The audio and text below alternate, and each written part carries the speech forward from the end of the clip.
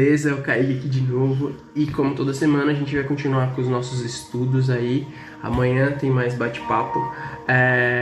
Nossa série agora sobre parábolas e como foi anunciado essa semana, a nossa parábola da vez é sobre o fariseu e o publicano.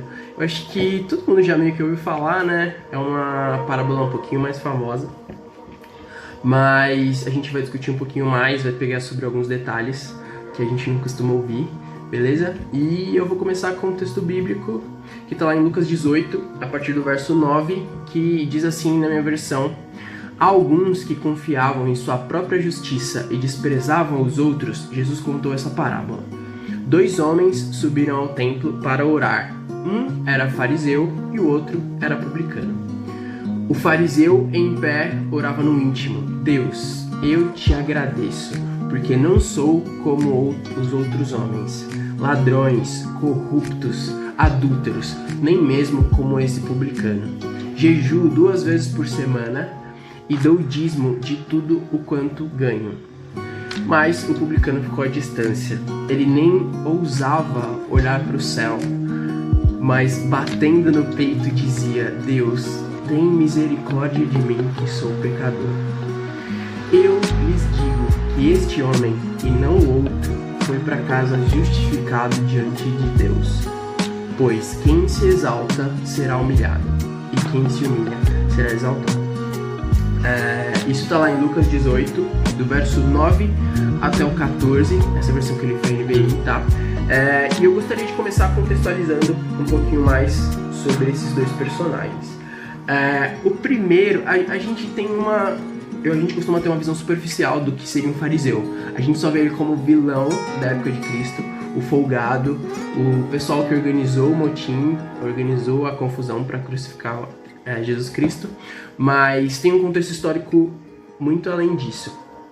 A palavra fariseu vem do hebraico prushim, que tem uma série de particularidades, mas o sentido original da palavra era separado ou santo. Então, se fosse traduzir para o português literal hoje, os fariseus seriam os santos, o grupo dos santos.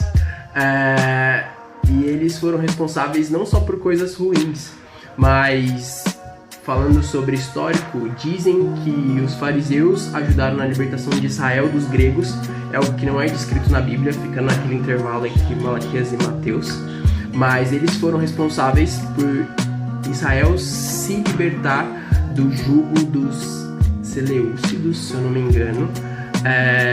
Eles foram uma liderança forte nessa liberação antes do Império Romano vir e dominar Israel. Eles foram o grupo responsável pela criação das sinagogas. Então, em todos os evangelhos, a gente consegue ver que Jesus começou não o ministério, né? Mas ele se revelou como Filho de Deus pela primeira vez numa sinagoga. E ele discutia em vários eventos dos evangelhos, acontecem nas sinagogas. Então, entre aspas, eles foram responsáveis pelos lugares mais populares de cultuação a Deus. Então, contextualizando da época, eles eram santos, os considerados separados para fazer a vontade de Deus, os dedicados da época.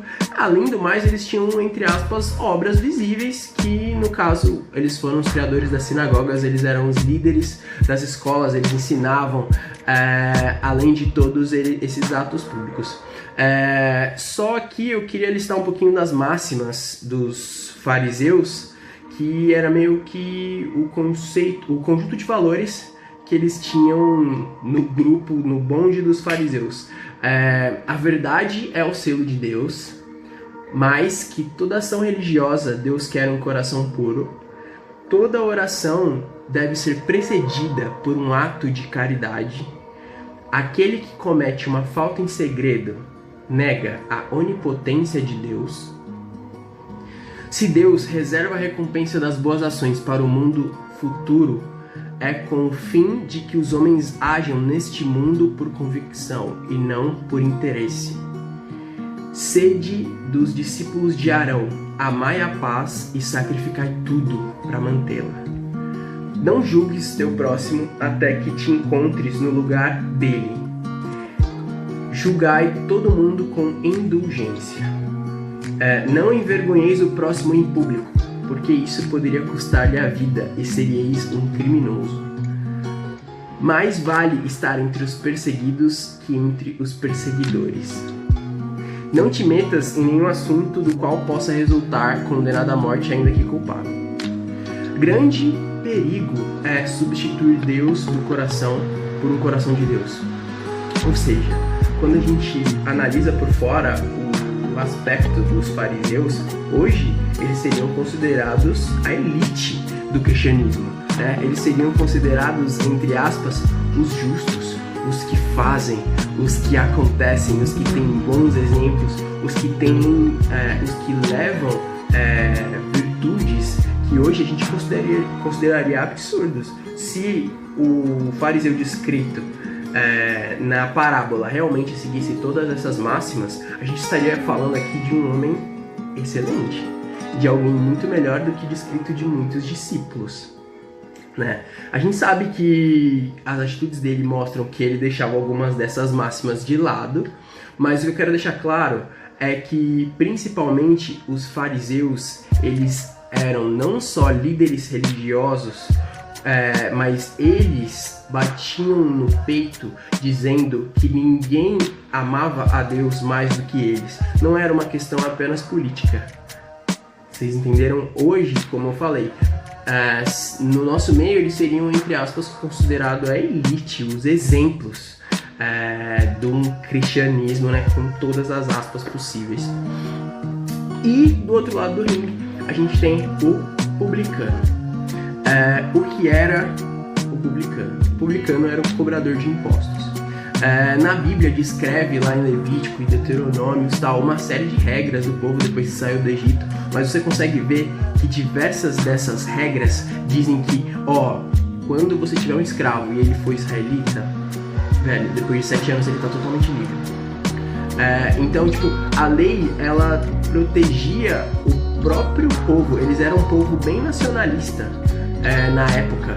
Depois de tudo que aconteceu no Velho Testamento, eles tinham uma personalidade moldada para manter os costumes, para seguir na linha, para tentar ser o mais radical possível naquilo que Deus falava. E o publicano era o cara que era judeu, mas cobrava impostos para os romanos. Então ele era totalmente considerado um traidor. Era muito comum na época que esses cobradores de impostos extorquissem as pessoas. Ou seja, além de ser um cobrador de impostos para um inimigo traidor, ele ainda aproveitava para tirar proveito do povo, que naquela época era a maioria miserável. Ou seja, cobrava para o inimigo e ainda tirava proveito. No nosso contexto aqui, a gente conseguiria relacionar mais ou menos com um político corrupto. Por exemplo, o publicano, nos nossos dias, seria o cara que deveria trabalhar em favor da nação, além de trabalhar contra, ainda tira a favor daqueles que têm menos. Ia ser o político mais safado que a gente tem, entre aspas, em qualquer um dos partidos absurdos aí do nosso país. Só para tentar fazer uma contextualização. E aí, se a gente fosse analisar, parece fácil, né? Parece fácil entender quem ali visivelmente seria considerado justo e quem ali seria considerado, entre aspas, o não justificado por Deus depois de ter feito a oração. Nos nossos dias, a gente consegue trazer do tipo, Jesus, o Senhor está falando que, entre aspas, o líder religioso orou e não foi ouvido, e aquele político safado ali, que, entre aspas, apareceu estar arrependido, foi justificado, Senhor. É isso? Em relação ao contexto, seria mais ou menos esse o escândalo do que Jesus estava falando na época, tá? Então, isso foi sim um dos motivos que a gente vê no desenrolar dos evangelhos, que provocou tanta ira nos fariseus, e que provavelmente foi um dos pinguinhos que fez o balde da paciência de geral se extrapolar com Jesus e fez com que ele fosse crucificado, porque ele falava coisas difíceis dessa, Então, só pra gente entender a loucura, o quão escandaloso era essa parábola nesse contexto. Jesus estava falando que o safado saiu de lá justificado e, entre aspas, que o cara que dedicava a vida dele para Deus ao máximo, era o cara que mais, entre aspas, se doava, do grupo que mais se doava, saiu de lá sem ser justificado perante a Deus. Então, imagina a gente ouvindo isso num culto. O quão escandaloso isso seria. Mas vamos destrinchar um pouquinho mais essa disputa para mostrar o porquê Jesus estava certo. O primeiro aspecto é que, independente do quanto ele jejuava, que ele meio que o fariseu se vangloriou que o jejum 2 vezes e tal, a lei lá em Levítico já deixava claro que era obrigatório, entre aspas, 1 dia de jejum por ano, mas era livre. Se você quisesse jejuar, demorou, era por sua conta. Não tinha nada, ele não estava indo além da lei, em nenhum dos aspectos, mas ele se vangloriava. Ele dizia que ele dava o dízimo de tudo que ele possuía, e ele não... Você consegue ver que tudo que ele fala sobre ele é relacionado ao próprio ego, é relacionado a ele mesmo. Em nenhum momento ele engrandece o nome de Deus, ele só agradece: Deus, obrigado, então eu sou igual a esse pecador aqui, desgraçado. E por um outro lado, Jesus, ele retrata um cenário do publicano, que era, entre aspas, corrupto, provavelmente. Jesus não especifica, mas fazia parte do grupo dos corruptos, dos ladrões, dos traidores do povo, aqueles que eles odiariam mais, e ver a postura dele ao se aproximar, ao realizar a oração, mostra que ele não estava ali de uma forma leviana, mostra que o arrependimento dele era algo verdadeiro. Você consegue ver que ele se importa com aquele momento. Você consegue ver, ele nem consegue olhar para o céu, ele fica de cabeça baixa, ele bate no peito desesperado, pedindo para Deus, por favor, remover a ira de cima dele. Ele realmente sabe que o que ele está fazendo é errado. Ele realmente tem uma vontade incrível de parar de fazer aquilo que ele está fazendo, entendeu? Você sente que aquilo está incomodando ele de verdade. Do outro lado, você vê o fariseu se vangloriando de si. Mesmo estando, entre aspas, muitos passos à frente na caminhada espiritual, ele em nenhum momento zela pelo seu relacionamento com Deus.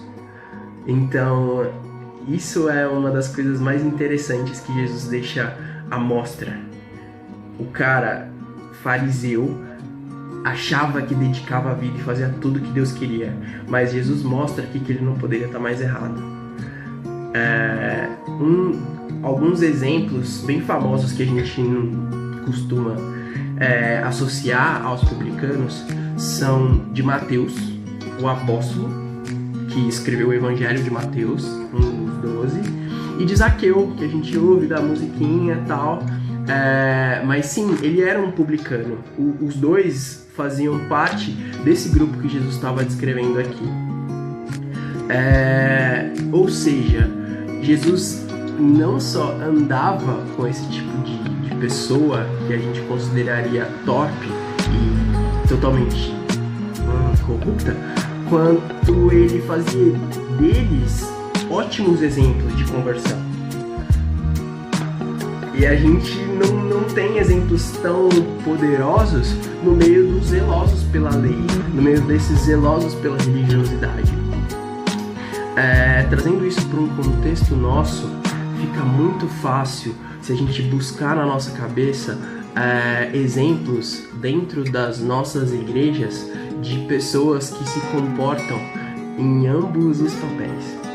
A gente consegue ver muitas pessoas com a vida totalmente errada, que vão lá na frente com a alma nas mãos, vão lá na frente com a cara no pó e se entregam e choram e se desesperam pedindo pelo perdão de Deus, pela presença de Deus, pela mudança da vida. Enquanto outros irmãos olham do lado de fora daquela situação, olhando, ó lá, velho, de novo, vai se arrepender de novo. Ainda bem, Deus, ainda bem que eu não sou igual àquela pessoa, ainda bem que eu não sou um leviano, que eu não sou uma pessoa corrompida como aquela que tá indo lá na frente. Ainda bem que eu faço, Senhor, ainda bem que eu participo dos departamentos da igreja, faço parte do ministério, ainda bem que eu faço X e Y. Então isso é algo muito válido para os nossos dias. A gente consegue tirar muitas lições desse episódio, dessa parábola que Jesus conta. O primeiro é que o fariseu, ele erra pelo zelo, ele erra pelo excesso de zelo. Ele de forma alguma, a gente não consegue dizer que esse cara era um cara dedicado à palavra, ele estudava muito, ele provavelmente fazia parte de uma das escolas mais difíceis do reino da época, não era qualquer um. Ele era um cara que tinha suas disciplinas espirituais em dia, dizimava e jejuava e orava e tal, só que você consegue ver que a intenção dele, independente do número de coisas que ele faz, está totalmente corrompida, 100% corrompida. Quanto que o publicano, que provavelmente tinha uma rotina totalmente perdida, estava vindo de cobrança de impostos absurdos, roubando de quem não tinha condições de, às vezes, nem se alimentar. Mas você consegue ver Jesus descrevendo nesse episódio que o publicano realmente teve um encontro verdadeiro com Deus a partir daquele momento.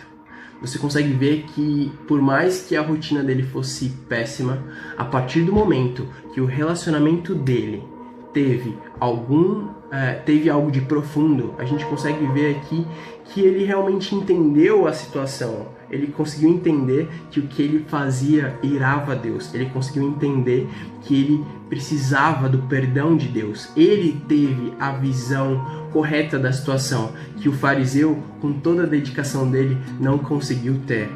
Então, aqui deixa muito claro que o publicano saiu justificado perante a Deus, porque ele teve a visão correta da oração. Ele teve a visão correta do relacionamento. Então, a gente consegue sim associar esses dois personagens para muitos episódios, até da nossa própria vida. A gente consegue muitas vezes se ver tanto como fariseu, na nossa opinião própria, julgando alguém, né, o fariseu da história, como na nossa ótica de vendo a gente como publicano. A gente consegue se ver como Deus, por favor, velho. Eu não tenho mais nenhuma oportunidade a não ser o seu perdão, a não ser a sua presença. Se o Senhor não colocar a mão nessa situação, eu não tenho nenhuma saída, eu não tenho nenhuma outra oportunidade, eu não tenho chance. Se o Senhor não me salvar, velho, se o Senhor não tirar sua ira de cima de mim, acabou. A gente consegue se ver nessas duas situações. E a lição que a gente vê, uma das lições que a gente vê é essa, que eu acabei de falar. O relacionamento é ter uma ótica correta das situações. Relacionamento é ter uma ótica correta das situações. Independente do quão correto a gente acha que seja, independente do quão absurdo, de quantas coisas boas a gente possa fazer. O apóstolo Paulo, depois de escrever uma série de caminhadas de episódios absurdos, de apanhar, quase morrer, de sofrer fome, frio, ele descreve que isso, todas as boas obras que ele fez, são como pano de imundície para Deus. E aquilo não importa. Seriam como nada. Porque o que realmente Deus, não que isso seja algo sem valor, mas o que Deus realmente quer é o que origina essas ações, que é o nosso coração quebrantado, que é o nosso coração aos pés dele, arrependido de tudo o que a gente faz de errado. A gente nunca vai ser melhor do que ninguém. A gente nunca vai ter o poder de julgar alguém. É isso que Jesus deixa muito claro. É óbvio que o fariseu estava descumprindo algumas das máximas aqui, mas pelo que a gente vê no Evangelho, a gente consegue ver bem claro que Jesus, ele expõe muitas das quebras de valores dos fariseus na própria cara deles, na frente do povo. E a gente meio que trata eles como os vilões do Evangelho. mas o contexto era bem diferente. Eles eram vistos pela sociedade como os santos. Fariseus são os separados. Isso meio que faz com que a gente reflita. Será que nós estamos sendo santos ou santos? Os verdadeiros santos de coração quebrantado, de coração contrito. Isso mexe muito com a gente, que a gente seja, entre aspas, muito mais humilde, muito mais hoje nas nossas orações, que a gente ore como um publicano e bem menos como um fariseu, porque a gente não poderia fazer nada do que aquilo que a gente acha que faz sem a misericórdia de Deus. Beleza?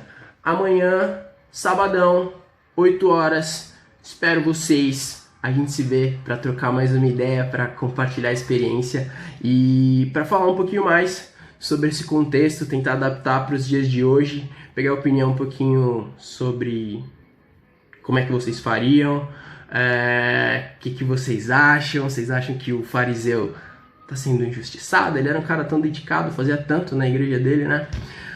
Beleza? Então é isso.